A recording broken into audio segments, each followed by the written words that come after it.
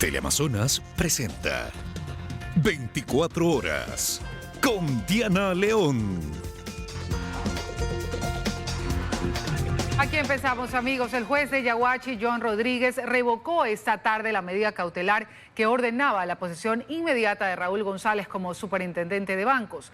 En su fallo aseguró que lo indujeron al error, puesto que desconocía que había una medida cautelar que anulaba la designación. Solo un poco más de 24 horas duró la decisión del juez de Yaguachi, John Rodríguez, quien el pasado sábado concedió una acción de protección con medida cautelar que ordenaba a la Asamblea Nacional posesionar de inmediato a Raúl González como titular de la Superintendencia de Bancos. La tarde de este lunes el magistrado revocó esa medida, reconociendo que existe una sentencia dictada el pasado 1 de agosto por una jueza de San Borondón, quien declaró la nulidad del proceso de designación del superintendente de bancos, que desarrolló el Consejo de Participación Ciudadana y Control Social. Ocurrió luego que la mañana de ese lunes el abogado José Oliveira enviara un escrito. Lo hice como ciudadano ecuatoriano preocupado por la situación que se estaba generando a partir de la designación del super de bancos, que fue definitivamente una designación con muchos vicios. Según el juez Rodríguez, no estaba al tanto de la decisión de la jueza de San Borondón, Larisa Ibarra, quien anuló la designación y además facultó al Consejo de Participación Ciudadana a solicitar una nueva terna al Ejecutivo. El juez John Rodríguez de la unidad judicial de Yaguachi, desde donde se nos ha dicho que el magistrado no dará declaraciones a la prensa, ha asegurado también en su revocatoria que lo indujeron al error. Se ha tratado de disfrazar la acción de protección con medida cautelar conjunta, en el sentido de que jamás se hace conocer a este juzgador que en virtud de la resolución emitida por el Consejo de Participación, ya existió una sentencia constitucional con medida cautelar conjunta, haciendo caer a este juzgador en un error de mala fe por parte del proponente. Más temprano, el presidente del Consejo de Participación Ciudadana, Hernán Ulloa, aseguraba que la decisión del juez de Yaguachi no tenía asidero jurídico, pues no solo hay una decisión judicial que anula el proceso de selección del superintendente de bancos, sino que esta decisión está siendo apelada en la Corte Provincial del Guayas. Estas medidas cautelares para haberse dictado, primero que el juez tenía que haber revisado si es que existía alguna otra acción constitucional que se encuentre en curso. Así, el proceso para la designación del titular de la Superintendencia de Bancos continuará su camino, al menos por ahora. En Guayaquil, Carlos Acoto, 24 horas. Y Guadalupe Llori presenta una acción de protección en Quito e insiste en recuperar la presidencia de la Asamblea Nacional. Esta vez se trata de un recurso presentado en contra del actual presidente de la Asamblea y los miembros de la Comisión Pluripartidista que recomendaron su destitución. 2 meses después, Guadalupe Llori se lanza un nuevo intento por recuperar la presidencia de la Asamblea Nacional y la vía de las acciones de protección vuelve a ser el camino utilizado para resolver las pugnas políticas. El pasado viernes 5 de agosto, Llori presentó una acción de protección en contra del titular de la Asamblea Nacional y los miembros de la Comisión Pluripartidista que sugirieron al Pleno su destitución. La defensa de Llori asegura que se busca reparar el daño y respetar sus derechos. Lo que quiere la presidenta o expresidenta Guadalupe Llori es de que se declare la vulneración de los derechos humanos de que ella fue víctima y que se ordene la reparación. Eso es lo que se quiere. Este recurso legal se radicó en la Unidad Judicial de la Familia, Mujer, Niñez y Adolescencia de Quitumbe, en Quito, y está en manos de la jueza María del Carmen Salazar Monteros. Llori va nuevamente por la presidencia del Legislativo. No se ha ratificado la destitución de Guadalupe Llori por ninguna autoridad constitucional.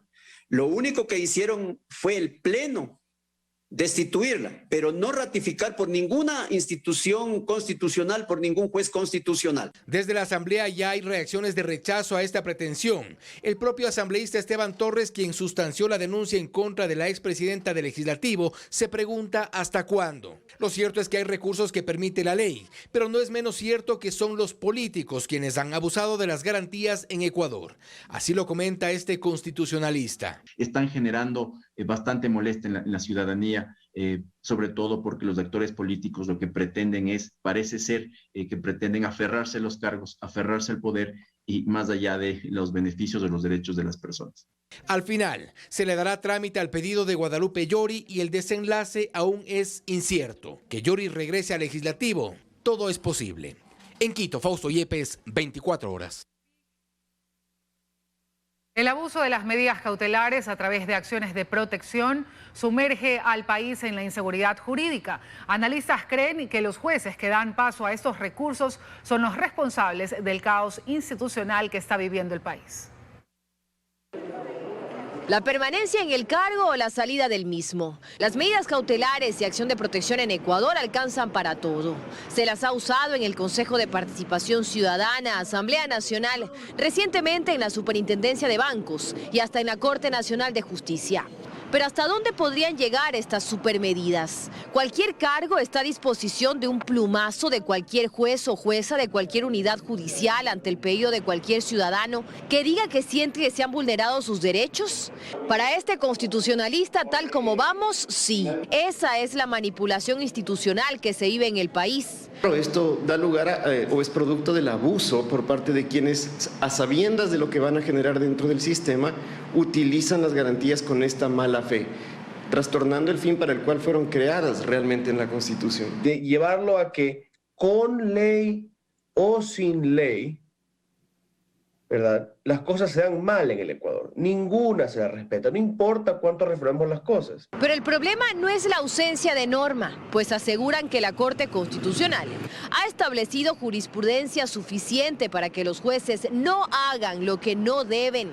Pero hay un total irrespeto por parte de los magistrados y alguien debe detenerlo. Podemos tener las mejores normas, leyes, jurisprudencia, pero si estas no se cumplen adecuadamente por parte de las personas, entonces seguramente insistiremos en nuevas reformas normativas y el problema de fondo seguirá ahí. Para Febres Cordero, en este país la justicia es un formalismo que se invoca o respeta a conveniencia. Pues pareciera que previo a resolver un recurso se hacen dos preguntas claves. Por el de quién es y cuánto quiere, es en todo. Y así cada día llegan nuevos recursos. Ahora, una expresidenta de la Asamblea que quiere volver al cargo, llamando nuevamente a la puerta de un juez. Dayana Monroy, 24 horas. Este martes, la mesa de diálogo número 3 se reinstalará para debatir la propuesta formal que entregó el Ejecutivo el pasado 5 de agosto con respecto al control de precios de los productos. Con ello se espera que en las próximas horas se llegue a un acuerdo en el segundo tema de las mesas de diálogo. 4 días después de que el Gobierno Nacional realizó la entrega de su propuesta formal frente al pedido del sector indígena de controlar el precio de los productos de la canasta básica familiar, este martes la mesa de diálogo número 3 se reinstalará por cuarta ocasión con el objetivo de alcanzar un acuerdo definitivo en esta temática. Las organizaciones indígenas, a partir de las propuestas del Ejecutivo, también responderán a eso. El pasado 2 de agosto el sector indígena presentó una propuesta para que se controle el costo de 44 productos, es decir, un 12% de los 359 insumos que forman parte del índice de precios al consumidor. Mientras en la mesa número 3 se espera ya llegar a consensos, la mesa número 1, que analiza la focalización del subsidio a los combustibles, continúa recibiendo insumos para el debate. Tal como se había acordado el domingo, el Ejecutivo realizó la entrega de una guía metodológica para que una comisión técnica defina quiénes deberán ser los beneficiarios del subsidio y cuál será el mecanismo para implementar el sistema de la focalización. Estas propuestas pasarán a la mesa de focalización de subsidios que se reinstalará una vez que esta comisión haya terminado su trabajo y en ese momento la mesa tomará una decisión. Mientras tanto, se espera que a lo largo de esta semana inicie el trabajo de la mesa número 4, que analizará el fomento productivo. Como representante del gobierno, la mesa estará liderada por el ministro de Agricultura y Ganadería, Bernardo Manzano. En Quito, Daniela Valencia, 24 horas. La policía anuncia demandas de inconstitucionalidad a al menos 3 artículos de la aprobada ley de uso legítimo de la fuerza por parte de la Asamblea. La actual normativa no protege al policía, sostiene el director de talento humano de la institución. La Asamblea remitirá la ley este martes al registro oficial. La policía actúa en 2 ámbitos claramente definidos, que es el control del orden público y la seguridad ciudadana. El primero se refiere básicamente al control de las manifestaciones sociales y por proteger a los manifestantes afectaron el trabajo policial en la seguridad ciudadana que es el combate a la delincuencia, dice el director de talento humano de la policía. Las normas que finalmente terminaron aprobándose van a tener una incidencia directa en la actuación de los policías en seguridad ciudadana. De las 20 objeciones del presidente que fueron rechazadas por la Asamblea, hay al menos 3 aspectos que les preocupa a los policías porque son abiertamente inconstitucionales, dice Olivo. Es asignarle una responsabilidad penal a toda la cadena de mando por ilícitos cometidos por los subalternos. Así como el hecho de que el policía solo podrá utilizar su arma letal luego de que lo haga un presunto delincuente y no antes, so pena de ser procesado. Y si es procesado, la única garantía que se le concede es que se sustituya la prisión preventiva por otra medida, dice. El artículo 5.d que habla de que la amenaza se materializa con el ilícito.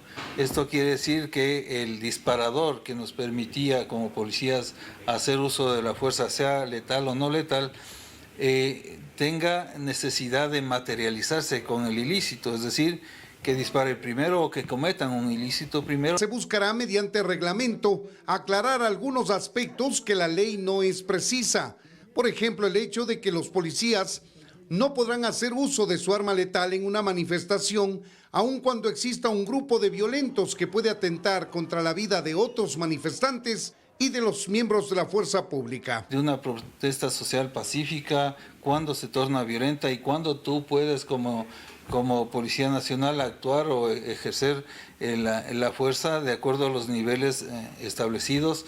Va a ser muy complicado, vamos a tener que estas ambigüedades tratar de resolverlas en su mayor parte en el reglamento. Tampoco podrán utilizar perros y caballos para disuadir a los manifestantes. La ley aprobada por la Asamblea lo prohíbe expresamente. Y se le quita así una herramienta importante a la policía con la que cuenta la mayoría de países a nivel regional, asegura. La Asamblea Nacional enviará la ley aprobada al registro oficial este martes.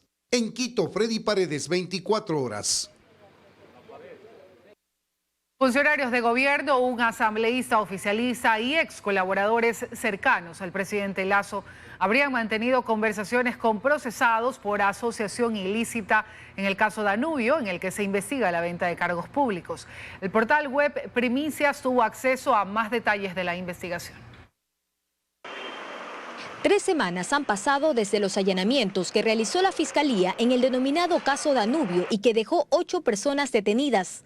Una vez que el caso entró a instrucción fiscal, el portal web Primicias da más detalles de esta investigación.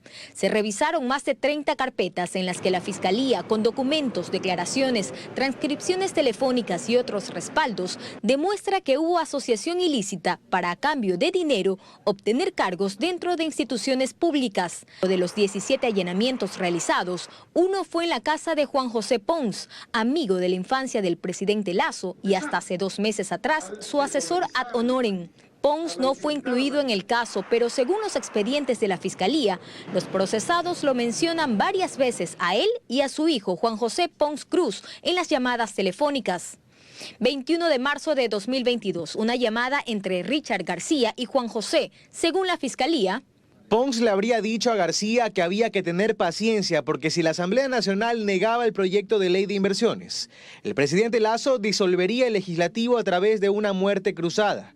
Y si se convocan a nuevas elecciones, tendrían que empezar todo de cero. Primicias confirmó que el número telefónico de Juan José coincide con el del celular personal del ex consejero presidencial Pons.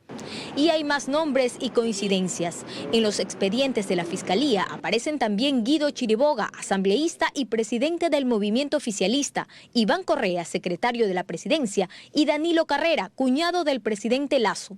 31 de enero de 2022, una llamada entre Richard García y una persona a la que identificaba como Guido.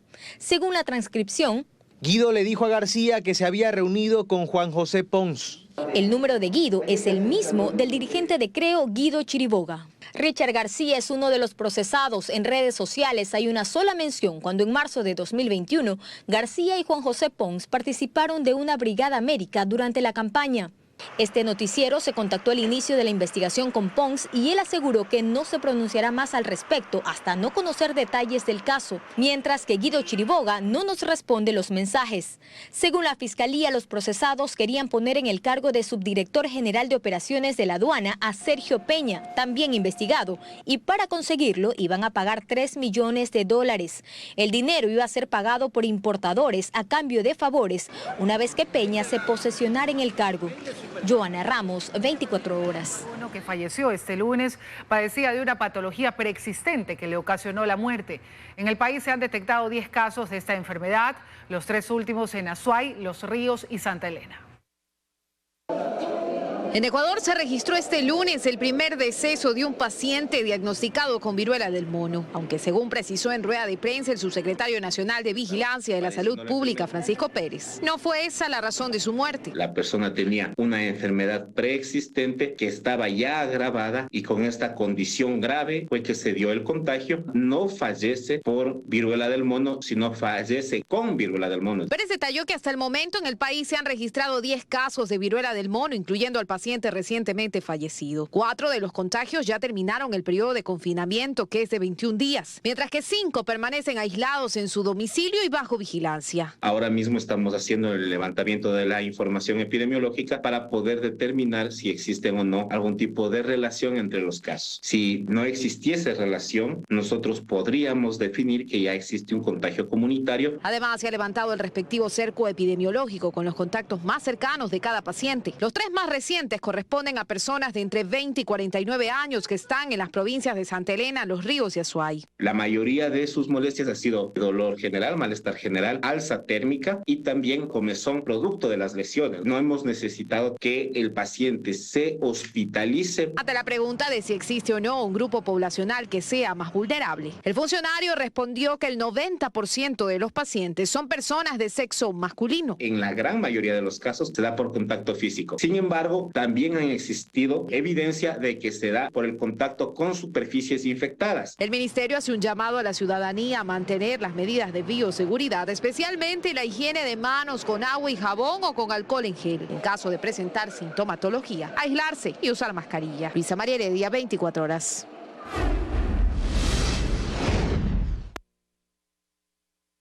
El 35% de la población electoral es parte de algún movimiento político y más de la mitad ni siquiera lo sabe.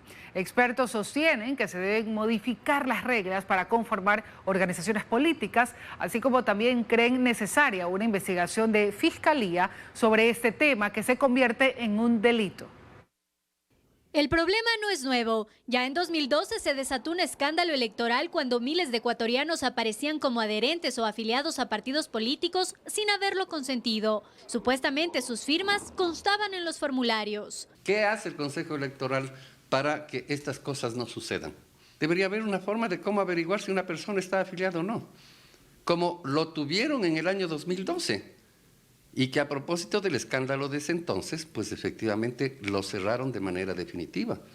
Y eso no es correcto. Hoy, 10 años después, quien necesite saber si está o no afiliado a una organización política debe hacerlo de forma presencial y personal. Según datos proporcionados por el Consejo Nacional Electoral, el 35% de la población electoral es parte de algún movimiento político. Sin embargo, el 70% no sabe que lo es. Por ello, Camacho sostiene que se debería enmendar la Constitución para establecer nuevas reglas del juego, pero por lo pronto dice que hay otras herramientas que se pueden utilizar. Y en el Código de la Democracia ahora dice que en las fichas de afiliación debe constar la huella dactilar, pero no es para que esté de adorno, pues, es para usar la tecnología y hacer una validación de la identidad de las personas. Pero este tema no solo debería concentrar la atención de las autoridades electorales, que nada o poco han hecho para evitar que esto siga ocurriendo. Esto pasa también por el ámbito penal. Esto necesariamente es un delito de uso doloso de documento falso. Encalada sostiene que no es difícil investigar y dar con las organizaciones que venden paquetes de firmas, pero lo importante, dice, es que no haya impunidad. No hemos sabido qué pasó con esas firmas del año 2012, pero ya necesariamente está prescrito, ¿no es cierto? Por lo cual ya necesariamente en este momento sabemos que eso queda una impunidad. Pero esto de ahora que nos enteramos nuevamente, yo creo que tiene que ser investigado. En Quito, Belén Merizalde, 24 horas. Y Ecuador es el tercer país con mayor incautación de cocaína luego de Estados Unidos y Colombia. Ese es un dato de la investigación que presenta el Informe Mundial de Drogas 2022 de las Naciones Unidas. Es la primera vez que la Unidad de las Naciones Unidas contra las Drogas y el Delito presenta su Informe Mundial de Drogas en el Ecuador. El evento se desarrolló en la Cancillería, donde se felicitó al país por su labor para combatir el narcotráfico. En 2020, Ecuador fue el tercer país con mayores incautaciones de cocaína, luego de Colombia y Estados Unidos. Solo un 12% de la cocaína incautada en el país durante 2021 tenía como destino el consumo interno. El 88% restante iba a ser trasladado a Países Bajos, Bélgica, España, África y Asia. Y tenemos que tener un abordaje, como ha dicho el presidente de la República, solidario, mutuo. No podemos solamente abordar el problema de origen, tenemos que abordar el problema de destino. A nivel mundial, 284 millones de personas consumen drogas, lo que implica un aumento del 26% en relación a la década anterior.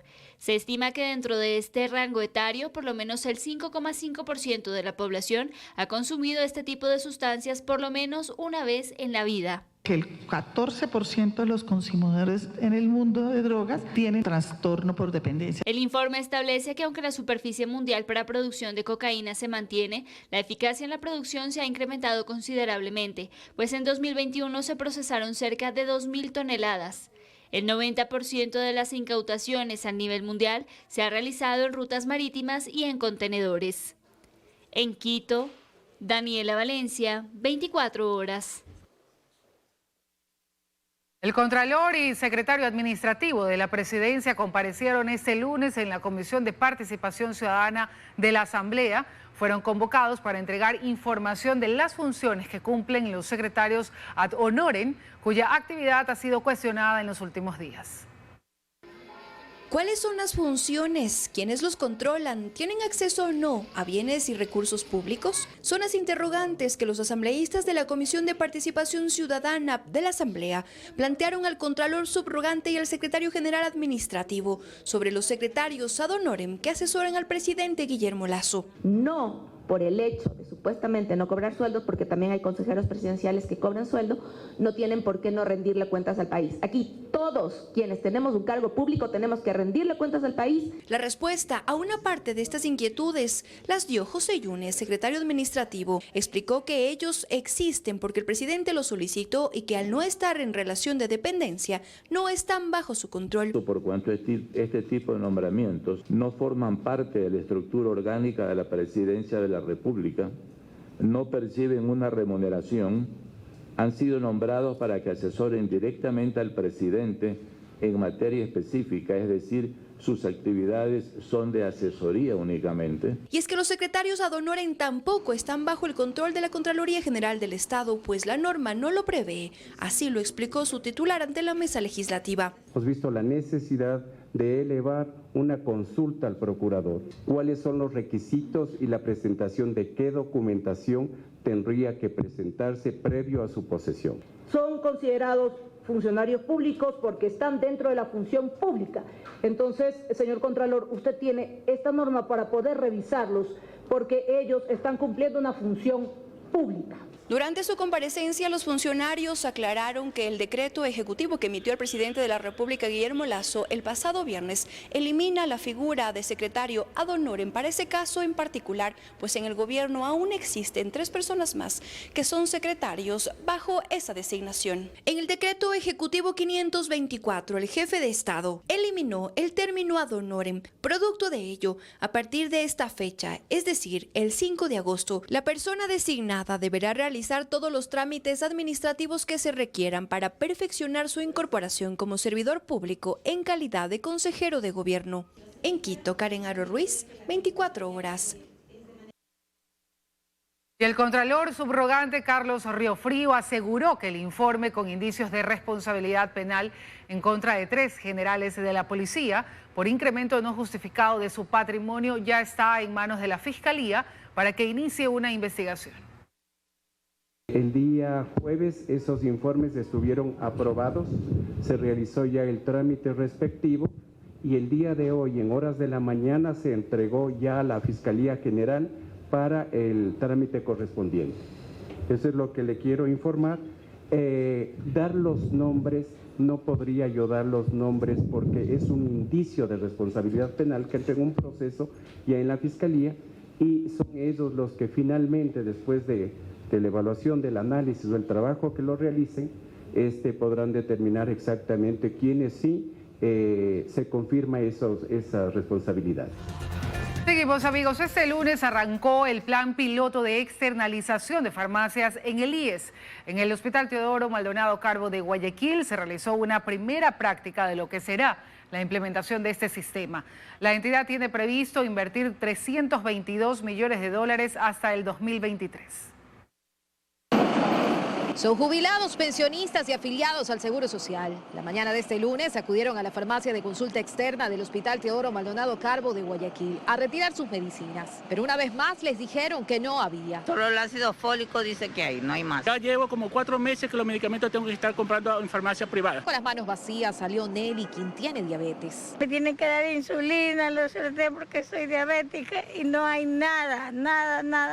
Dani, quien fue con la receta de un familiar, corrió con mejor suerte. De unas medicinas solo me dieron, bueno, ni la mitad, pero por lo menos me dieron algo. Imagínense que a uno les cuesta casi más de $200 y cuando uno viene por alguna enfermedad no hay medicamento. El 14 de julio pasado, el Instituto Ecuatoriano de Seguridad Social declaró en emergencia sus hospitales, es decir, han pasado ya 25 días. Y la situación sigue igual de crítica. Desde el IES aseguran que trabajan en la compra de medicinas. Vamos a invertir en este año más o menos unos 77 millones de dólares para la compra de medicamentos y para la compra de dispositivos médicos. Y para el próximo año necesitamos unos 245 más o menos millones de dólares. Por lo pronto comenzó ya la programación de la compra por catálogo electrónico. A la par avanza también la externalización de farmacias para pacientes de atención ambulatoria. Según anunció el actual presidente del Consejo Directivo del IES, Alfredo Ortega Maldonado, la semana anterior, este lunes 8 de agosto arranca precisamente aquí, en el Hospital Teodoro Maldonado Carbo de Guayaquil, el plan de externalización de farmacias. Y de acuerdo al material videográfico enviado por el Departamento de Comunicación del IES en horas de la tarde, así fue. En presencia de los medios y con una sola práctica. Hemos hecho una prueba de una paciente que requería un fármaco y el sistema funcionó bastante bien en un término debido. Recibió su receta, luego la validó y fuimos directamente a la farmacia y ha retirado su fármaco sin mayores contratiempos. El miércoles 10 de agosto se hará lo mismo en el Hospital Carlos Andrade Marín de Quito. Son 2 millones de dólares los que se necesitan para sostener este plan hasta finales de 2022 y 12 millones más para el 2023. Luisa María Heredia, 24 horas.